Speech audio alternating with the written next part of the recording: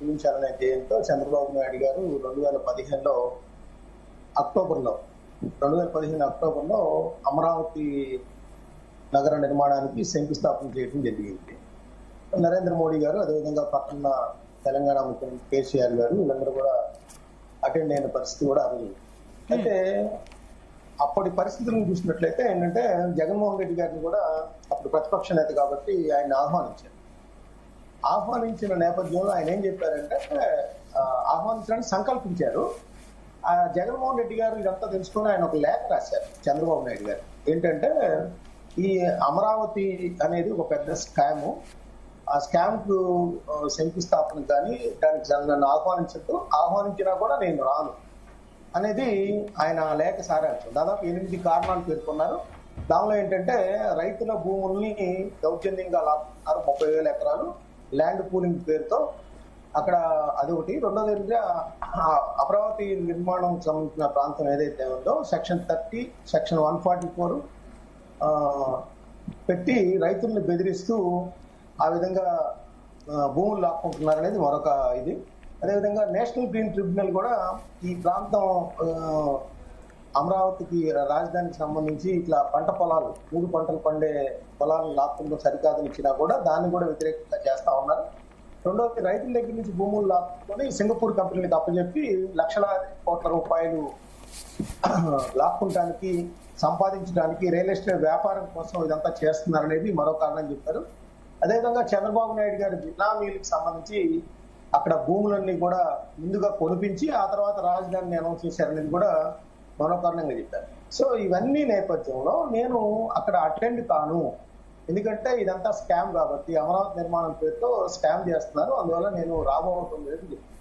ఇప్పుడు యాక్చువల్ నిజానికి ఏంటంటే ఇప్పుడు దగ్గర 10 సంవత్సరాలు అవుతా ఉంది. అంటే ఒక రకంగా చెప్పండి 10 సంవత్సరాలు నిండబోతా ఉన్న నేపథ్యంలో పునర్నిర్మాణం అంటే అధికార మార్పిడి జరిగింది. 2019 నుంచి కూడా జగన్మోహన్ రెడ్డి గారు మొదట్లో అమరావతి నిర్మాణానికి సానుకూలంగా ఉంటామని చెప్పినా కూడా, అంటే ఆ లేఖలో కూడా చెప్పారు అమరావతి నిర్మాణానికి తాము వ్యతిరేకం కాదు, కానీ ఈ భూములు లాక్కోవడం కానీ రైతుల దగ్గర నుంచి బెదిరించడం కానీ తప్పదు. అయితే అధికారంలోకి వచ్చిన తర్వాత ఆయన మాట మార్చారు. ఏంటంటే సౌత్ ఆఫ్రికాలో లాగా 3 రాజధానులు ఉంటే బాగుంటుంది, కర్నూలులో న్యాయ రాజధాని, అదేవిధంగా గుంటూరు దగ్గర శాసన రాజధాని అమరావతి, అదేవిధంగా విశాఖపట్నం ఆర్థిక రాజధానిగా ఎగ్జిక్యూటివ్ క్యాపిటల్ గా ఉంటుంది. ఈ 3 కూడా నేను ప్రతిపాదిస్తున్నామని చెప్పేసి ఆయన చెప్పడం జరిగింది. దాని మీద పెద్ద ఎత్తున ఉద్యమాలు రావటం, రైతు ఉద్యమాలు, అక్కడ అమరావతి చేసి ఏర్పాటు చేయటం. దాదాపు జగన్మోహన్ రెడ్డి గారు అధికారంలో ఉన్నన్ని రోజులు కూడా రైతులు ఉద్యమాలు చేస్తానే ఉన్నారు. అదేవిధంగా రాష్ట్ర వ్యాప్త పర్యటన కూడా చేసిన పరిస్థితి ఉంది వాళ్ళు ప్రజలకు వివరించేందుకు. దానిలో ప్రభుత్వం కూడా అణిచివేసేందుకు చాలా సార్లు ప్రయత్నించింది. వాళ్ళ మీద లాఠీ చార్జీలు కూడా జరిగాయి, మహిళలు జరిగాయి. ఇదంతా చూస్తా ఉన్నాం. ఎందుకంటే జగన్మోహన్ రెడ్డి గారు సెక్రటరియట్కి వెళ్ళాలంటే లేదా అసెంబ్లీకి వెళ్ళాలంటే కూడా అడుగడుగున పోలీసులతో మాత్రమే ఆయన సెక్రటరియట్కి కానీ అసెంబ్లీకి కానీ వెళ్లే పరిస్థితి ఆ 5 సంవత్సరాలు మనం చూసాం. అయితే ఇక్కడ టోటల్ గా ఇప్పుడు ఏంటంటే ఈ నరేంద్ర మోడీ గారు మళ్ళీ పునర్నిర్మాణం, అప్పట్లో అయితే ఆయన దేశంలోని ప్రాంతాల నుంచి అమరావతి నిర్మాణానికి పవిత్ర జలాలు, పవిత్ర మట్టి తీసుకొచ్చి అక్కడ పెట్టారన్నారు. ఆ నేపథ్యంలో పునర్నిర్మాణానికి కూడా మారిన రాజకీయ పరిస్థితుల నేపథ్యంలో నరేంద్ర మోడీ గారిని ముఖ్య అతిథిగా ఆహ్వానించారు. ఆయన మే 2వ తారీఖున దాదాపు 5 లక్షల మందితో సభ ఏర్పాటు చేయాలని కూటమి సర్కారు నిన్న జరిగిన సమావేశంలో నిర్ణయించడం జరిగింది. అదే సమావేశంలో జగన్మోహన్ రెడ్డి గారిని కూడా తిరిగి ఆహ్వానించడానికి కూడా నిర్ణయించారు. అయితే జగన్మోహన్ రెడ్డి గారు ఖచ్చితంగా ఆల్రెడీ అసెంబ్లీకే ఆయన రాని పరిస్థితి ఉంది. ఎందుకంటే అక్కడ రకరకాల కారణాలు చెప్తా ఉన్నారు. ఆయన ప్రతిపక్ష హోదా అని చెప్తున్నప్పటికీ కూడా, ఆయనకి సమయం అని చెప్తున్నప్పుడు కూడా, ఆయనకి ఎవరైతే ఆయన్ని నిందించారో వాళ్ళిద్దరు కూడా స్పీకర్, డిప్యూటీ స్పీకర్లుగా అయ్యన్న పాత్రుడు గారు, అదేవిధంగా రఘురామకృష్ణరాజు గారు ఉన్నారు. ఆ విధమైన నేపథ్యంలో ఆయన అసెంబ్లీకి కూడా హాజరు కావట్లేదు. ఇప్పుడు కూటమి సర్కారు ఈ అమరావతి పునర్నిర్మాణానికి ఆహ్వానించినా కూడా ఆయన రారనే చెప్తాను నేనైతే. ఆయన యొక్క మనస్తత్వం కానీ, ఆయన యాటిట్యూడ్ కానీ తెలిసిన వాళ్ళు, లేకపోతే గతంలో అమరావతికి సంబంధించి నన్ను ఆహ్వానించద్దు, నేను రాను అని ఆయన బహిరంగ లేఖ రాసిన నేపథ్యాన్ని అన్ని తీసుకుంటే ఇప్పుడు కూడా ఖచ్చితంగా రేపు మే 2వ తారీఖు ఆయన ప్రతిపక్ష పార్టీకి సంబంధించిన శాసనసభ పార్టీ అటెండ్ కావాల్సి ఉంటుంది.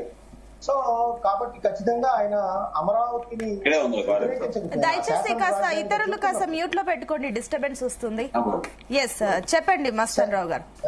శాసన రాజధానిగా ఆయన చెప్తున్నప్పుడు కూడా మ్యాండేట్ యాక్చువల్ గా 3 రాజధానికి సంబంధించి మొన్న 2024లో ఆయన ప్రజల దగ్గర కూడా వ్యక్తం ఆయన ఈ ప్రాంతంలో ప్రజలే కాదు రాష్ట్ర వ్యాప్తంగా కూడా దానికి వ్యతిరేకంగా, ఎందుకంటే దాని 3 రాజధానులు మ్యాండేట్ అని కూడా చెప్పారు వైఎస్ఆర్సీపీ వాళ్ళు.